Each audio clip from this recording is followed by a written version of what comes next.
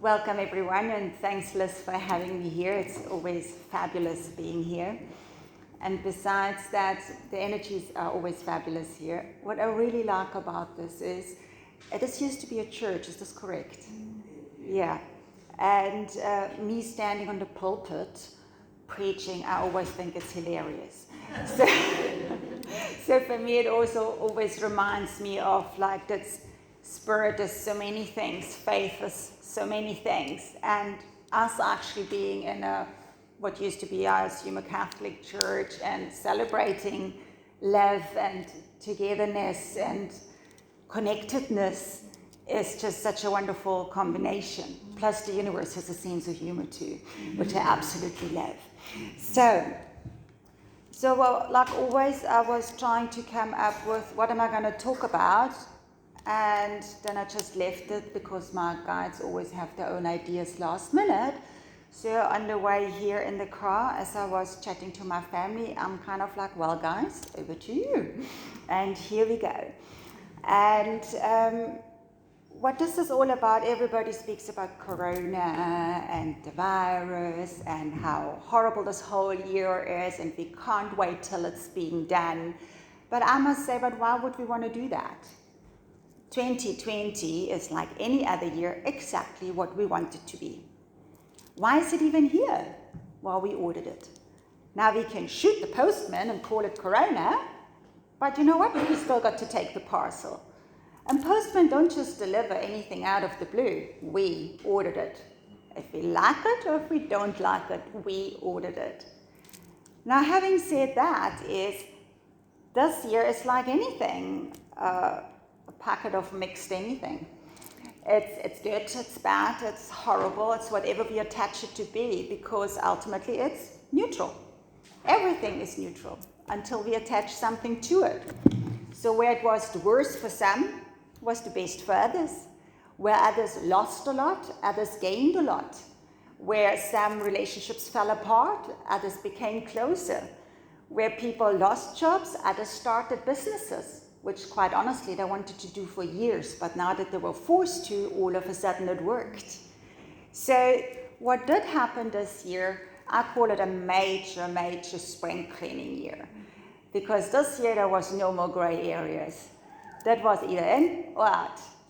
And everything that wasn't in your highest good, no matter how much you wanted it or not, or how many justifications or how many lids we had on it, or how we dressed it up or down, the universe was not prepared anymore to play along to do us injustice.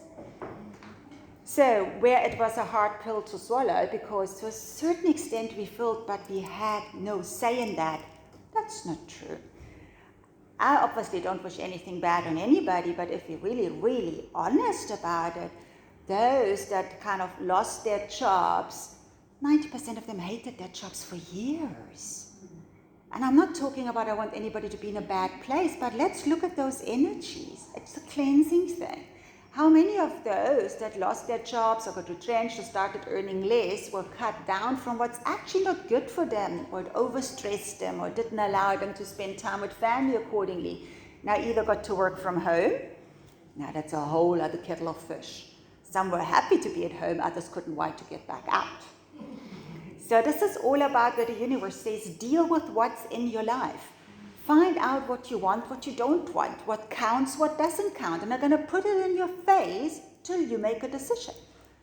So it's good, it's excellent, maybe not always very comfortable, depending on how much resistance we have, but I think it was fabulous in many ways.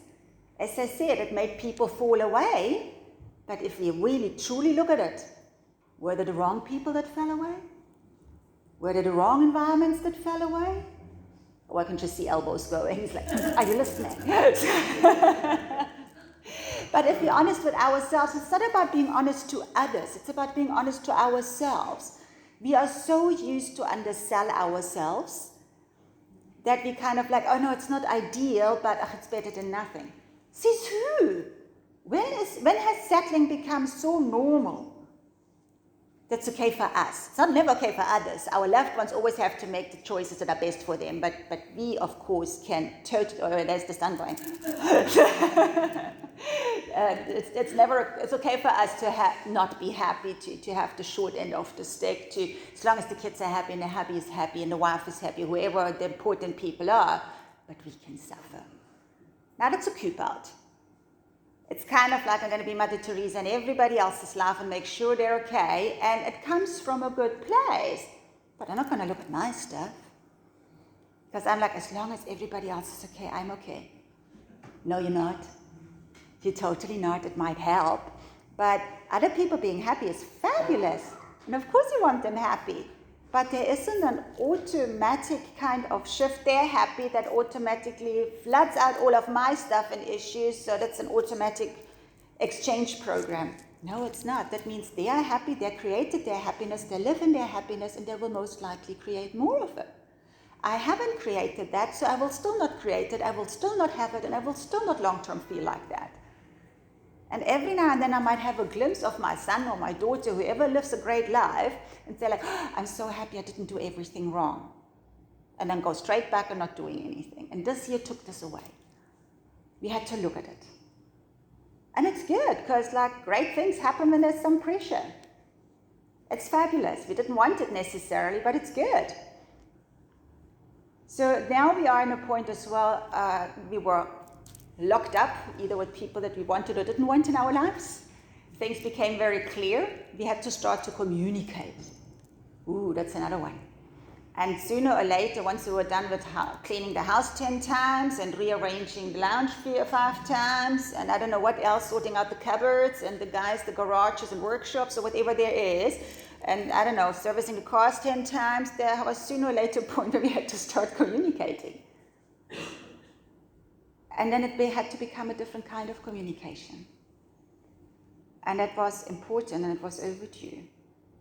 What we also learned is what's really important, because all the distractions were taken away. We couldn't go out all the time. We couldn't have like a yoga class here and this there, and then the kids go there and then I go here, and I'm like, we're all over the show, because the busyness kept us away from dealing with stuff. So this is a major spring cleaning year, and spring cleaning is awesome. Spring cleaning itself ain't nice, but the end product we all like. What we also learned is life is too busy, which has stopped, and we're taking it too serious. We're taking it way too serious. Life is not a punishment system unless we make it one. And why is like 90% of the population choosing that? It's a choice. We can be in, like when the lockdown started, sit at home and go like, oh my God, oh my God, oh my God. Or we can sit at home and go like, awesome. Or we can sit at home and like, oh, let's see what happens. It's all choices. But what also happened, because this year, the fear game has been higher than in a long time. Not than ever before, but than in a long time. And the world and the media has trained us to look at them, to what we can think next, what we can do next, how we should move next, what's in our faces next. So we completely handed it over that we only know who we are once they tell us. And we've got to reverse that. Totally. Now is time where we need to get out of reaction mode, out of survival mode, and actually start living again. We need to take over again. It's for us what our life is like, irrespective of the circumstances. It's for us how we feel about it, irrespective of who says what, where in the world. It's for us to create opportunities. Yes, it would help if the government helps along or whatever, but even if they don't, because we're going to sit for long looking at them otherwise, it's for us to make it happen. It's getting back into action mode. It's time to live now. People forgot how to live. First, everybody was screaming to be locked up. Now nobody wants to come out. It's like, when last have you been by the beach? I don't know. It's a whole 5 minutes away. I know, but I have no time. What, sitting at home? Really? Everybody wanted to go jogging in the first 3 weeks that it was Ramadan. They didn't even have takis, but everybody wanted to go jogging. Now, 7 months later, it's like, oh, no, I'm not going out there. There's people. Well, stay away from the people. Go into nature. But no, now we kind of like, this is it. It's like, no, start living again. It's this whole kind of like why won't you? First you wanted it, now you don't want it. Now you defend you being isolated. People live off connectedness. We needed a bit of hermit state to do our spring cleaning. We're done with that. Now it's time for living again. There's no hiding away from the world.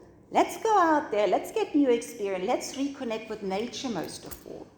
It's been there all along, by the way. Some official places were in lockdown, but nature was there. People don't go even in their own gardens. So now it's time to live. Now it's time to and everybody's like, oh, once that is done, then stop this whole kind of destination obsession. Once I'm there, then. Oh, we know what's going to happen then? You're going to move the goalpost. Because then you're there and like, oh no, now it's that. For example, like, oh, once the kid's out of high school, I'm going to take a break and look more after myself. Okay, well, off they go. Kids are out of high school. It's like, oh, no, they started studying. It's like, okay, now once they're done studying, okay, then I do that. It's this whole lot. Life is not a reward system. You're supposed to have fun when you decide to have fun. You don't have to earn the right for joy, for happiness, for acknowledgement, for connectedness, and all of that. This is an hour here. This is like coming from we're not enough unless we do. Utter nonsense. This whole trying to prove some worthiness kind of stuff that nobody even knows where it came from. We are born, we're worthy, we somehow qualified to be on this earth. Done. Now we're supposed to gather experiences and grow in whatever way we want, but we're so not supposed to be here to prove why we should be here. Somehow the universe decided it's a darn good idea that we are all here. I'm not going to argue with the universe, and did I try? Why should we do that? We wouldn't be here if we weren't supposed to be here. It's that simple. So we need to drop this whole having to prove something. We've got to stop feeling like we can't take up space. We've got to get a voice. We must be seen. We must be heard. We must take the space. We must use our energy. We must put it out there. Stop apologizing for who we are. Well, if we can't be us, who can? There's a reason why you are here. And there's a reason why those people are in your life. And no, not everybody is supposed to stay there. It would be darn crowded anyway if they would. It's all for a reason. None of them are there to determine who you are. You are. This one doesn't like me, that's why I'm bad. And this one rejected me, that's why I'm this. No, it's not. It just means they're not in the same wavelength. Have a nice life. I wish you all the best. I'll go this way, you go that way. Ta-ta. That's all it is. It's not good, it's not bad. It's not determining who you are. You determine who you are. We need to bring this back. You determine how happy you are. You need to take that back. And I know it's so much easier to say, oh, yeah, you know, my hubby is like that, and that's why he makes me constantly agitated. My hubby can be whatever he likes. Me being agitated is on me. That's fact, if I like it or not. Obviously, it's easier to say it's all on him. And he's sitting here having a big smile on his face because I do that. But that's on us. What other people do is on them. How we react is ours. And it will always be that way. And us constantly carrying stuff from the past, because 10 years ago I had a fight with that one. That's why I need to make up for that for the rest of my life. Drop it. It's called living, learning, growing. We don't learn only through the fluffy stuff. Actually, we learn much quicker through the not so fluffy stuff. Or we insist on repeating it till we learn it. That's up to us. There is no wrong or right, but we've got to stop feeling that we're not enough. And if you want to go down the not enough, then I would say go not present enough, not loud enough, not heard enough, not visible enough. Play that enough game. But not good enough, not pretty enough. That's the utter nonsense. You here, you are overqualified if you ask me. You just kind of haven't figured that out half the time. And go for it. We see other people through our worthiness filter, and we see ourselves through our not enough filter. And that gotta stop. It gotta stop. So right now it's this whole kind of like, have a life, choose it. Because that's what it is, it's a choice. It's a choice. But we're creatures of habit, and this is where this year shook us up. It's like habits, some suit us, some don't. I always say there's no right or wrong. If you like the outcome, awesome. If you don't, maybe you should look at the recipe. Unless you want to repeat, which you're also entitled to, but then you shouldn't be moaning. But this is that. It's always used to be like that. Sure, we used to sleep in caves. How does that work? Nobody wants to sleep in caves nowadays. So, but it's always been that way. Oh, truly? Yeah, that went well. Look back at history. Change is the only guaranteed in life. And it's only ever up to us how difficult or easy it is. Firstly, it's our attachments. And secondly, it's our resistance. Change is either way. A river is a river is a river. If we swim up or down, the river doesn't care. The river is a river is a river. We feel the difference. Now we can stand next to the river and say, river, you are full of it, so stop it. And the river says like, well, align, don't align, I do my thing. The river doesn't differentiate between I like you or I don't like you, because the river is the river is the river. The river is neutral. Now, if you want to go and jump into the river with a weight belt on with 500 kgs with all the stuff from your past, that's on you. That's not on the river. If you want to swim upstreams with 10 of your buddies, that's on you. It's not on the river. If you want to just float in it, that's up to you. It's wonderful, but it's not the river's doing. And this is like, oh, life is so hard. No, it's not. Life is life. Oh, and the world is so difficult. The world is the world.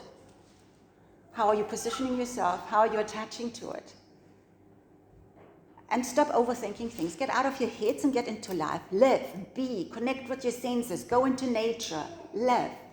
Joy, happiness. We don't need to earn it. Just go get it. It's right there, but we don't need to earn it. Just get out of that whole thing. So this whole thing this year is about, look at what's important. Energy can only ever do two things. It either feeds or depletes you. It's very clear what depletes us by now. Now let's find what feeds us, which is normally the exact opposite of what depletes us. And let's have more of that. Don't fight what depletes you. Bring in what feeds you. It will automatically wash it out, and it's way more fun. Stop taking life so seriously and start living it. And the moment we hold the base energy that's way more balanced, the outer world will be more balanced, because the outer is a mirror image of the inner. The universe is a mirroring setup. We set the energy, and there the world responds accordingly. If we are not in an overly stressed kind of thing, we find there's more opportunities because the filters change. If we're down and out and look for doomsday, all our brain will find is doomsday. And all we will see is doomsday, and please stop watching the news. What you expose yourself to is what you become. It's that simple. So, before I keep on talking forever, which I can easily, for this year, if you can just really sum it up in one thing. You're not, what is something I read yesterday, I don't know who it's from, but it says, you're not the darkness you endured, but you are the light that refused to surrender, and you the future you decide to create. Own that. Because whichever side you stand on, it's simply a decision away, but the outcome is incredibly difficult. And on one side, incredibly rewarding on the other, and neutral in the middle. So there's no wrong and right, but choose what you want. Thank you.